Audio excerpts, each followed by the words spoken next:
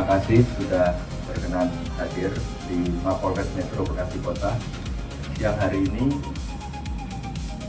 kami ingin menyampaikan beberapa progres pengungkapan kasus kriminal menonjol yang terjadi sepanjang bulan Agustus 2026 periode tanggal 1 sampai dengan tanggal 20 Agustus 2026. Di catatan kami sebagai informasi awal, laporan tiap pekan perihal peristiwa yang terjadi di Kota Bekasi sampai dengan saat ini masih didominasi oleh peristiwa-peristiwa kecelakaan lalu lintas. Ini proporsinya sekitar 60-70%. Sisanya adalah kinerja pengungkapan kejahatan narkoba termasuk tramadol, lalu kemudian kejahatan umum yang dominan adalah penipuan atau penggelapan, dan ada juga sebagian pencurian maupun peristiwa kekerasan. Ada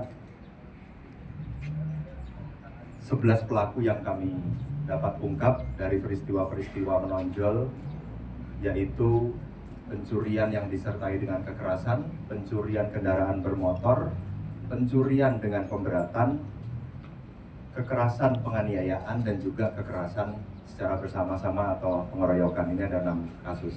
Tadi yang ditampilkan dari 11 tersangka hanya 10, satu masih proses asesmen psikis, masih proses perawatan menjalani asesmen psikis. Kemudian dari 6 peristiwa yang menonjol, ada 2 pengungkapan pencurian kendaraan bermotor.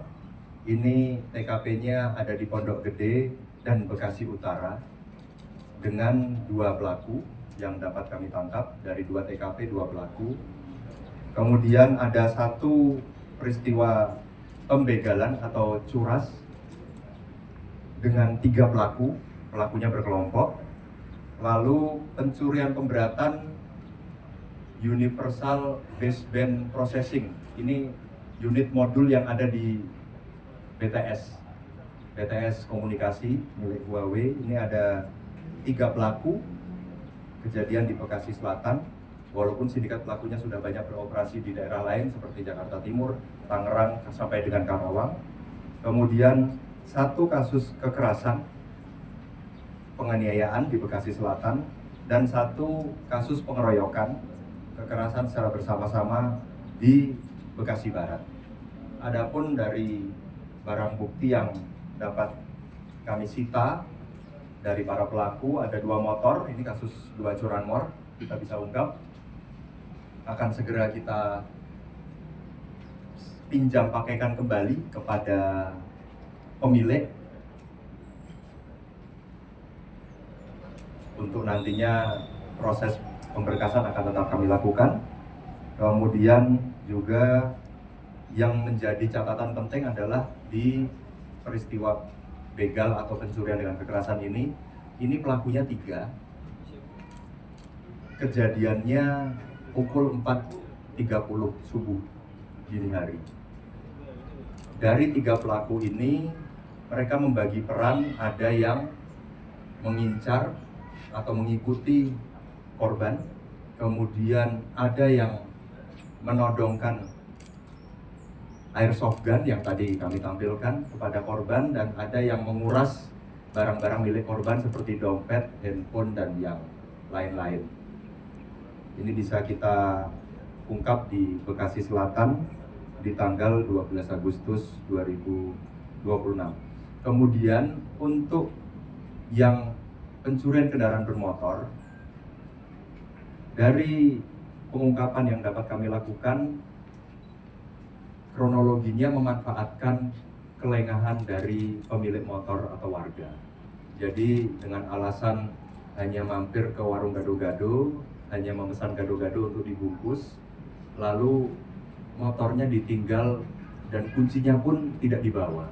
Kuncinya masih melekat di motor sehingga pelaku bisa melancarkan aksinya. Walaupun saat itu akhirnya bisa berhasil diamankan oleh warga dan aparat. Kemudian motif lain tentunya ada sindikat pelaku pencurian modul-modul Universal Baseband Processing yang ada di BTS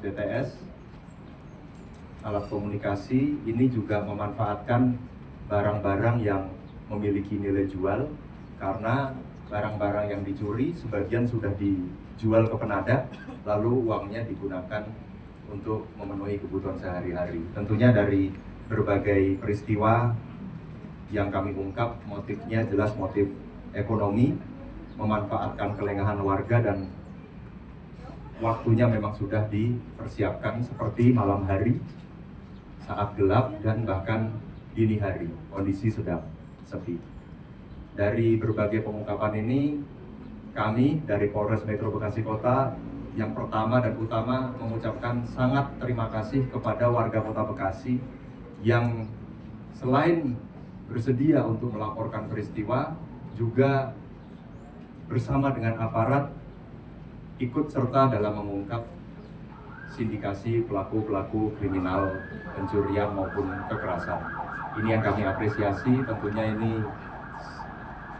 tenaga tambahan yang sangat bermanfaat bagi aparat kepolisian. Kami tidak bisa bekerja sendiri, kami butuh partisipasi warga, dan harapannya ke depan antara warga dan kepolisian di Kota Bekasi didukung penuh oleh unsur pemerintah daerah dan TNI bisa semakin kuat kolaborasinya menjaga situasi Kota Bekasi yang kondusif.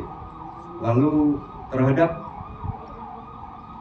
pengungkapan yang kami lakukan kurun waktu bulan Agustus 2026, kami menerapkan pasal-pasal di KUHP baru, Undang-Undang Nomor 1 Tahun 2023, Pasal 476, Pasal 479, Pasal 477, Pasal 446, 448, Pasal 262 dengan ancaman hukuman bervariasi mulai dari 2 sampai dengan lebih dari 10 tahun penjara. Rekan-rekan sekalian, untuk nanti rekan-rekan yang ingin mendalami kasus per kasus, kita sudah siapkan bahan rilis. Mungkin nanti bisa didalami kasus pencurian pemberatan, pencurian kekerasan atau begal, pencurian kendaraan bermotor maupun kekerasan yang juga menyaru sebagai debt collector, ini bisa kami ungkap. Dan kami ingin menyampaikan juga bahwa layanan 110 adalah layanan kepolisian yang digunakan oleh seluruh Polres untuk menjadi layanan telepon bebas pulsa, dimanfaatkan oleh masyarakat apabila ada hal-hal tertentu, kita bisa respon dengan cepat. Telepon bebas pulsa alias gratis. Dan yang terakhir, kami sangat antusias karena dari rekan-rekan generasi muda dan rekan-rekan komunitas di Kota Bekasi ini banyak yang ternyata sudah ikut peduli, ikut berbuat untuk memerangi berbagai hal negatif di Kota Bekasi seperti penyalahgunaan obat-obat keras atau tramadol. Lalu juga ada satu komunitas yang sangat peduli dengan keselamatan pengguna jalan di jalan raya, menghindari atau mencegah kecelakaan. Insya Allah besok bersamaan dengan upacara memperingati Hari Juang Polri, kami akan memberikan apresiasi dan dukungan kepada komunitas warga Kota Bekasi yang turut berperan aktif, peduli, menjaga kondusivitas situasi dan bisa mencegah warga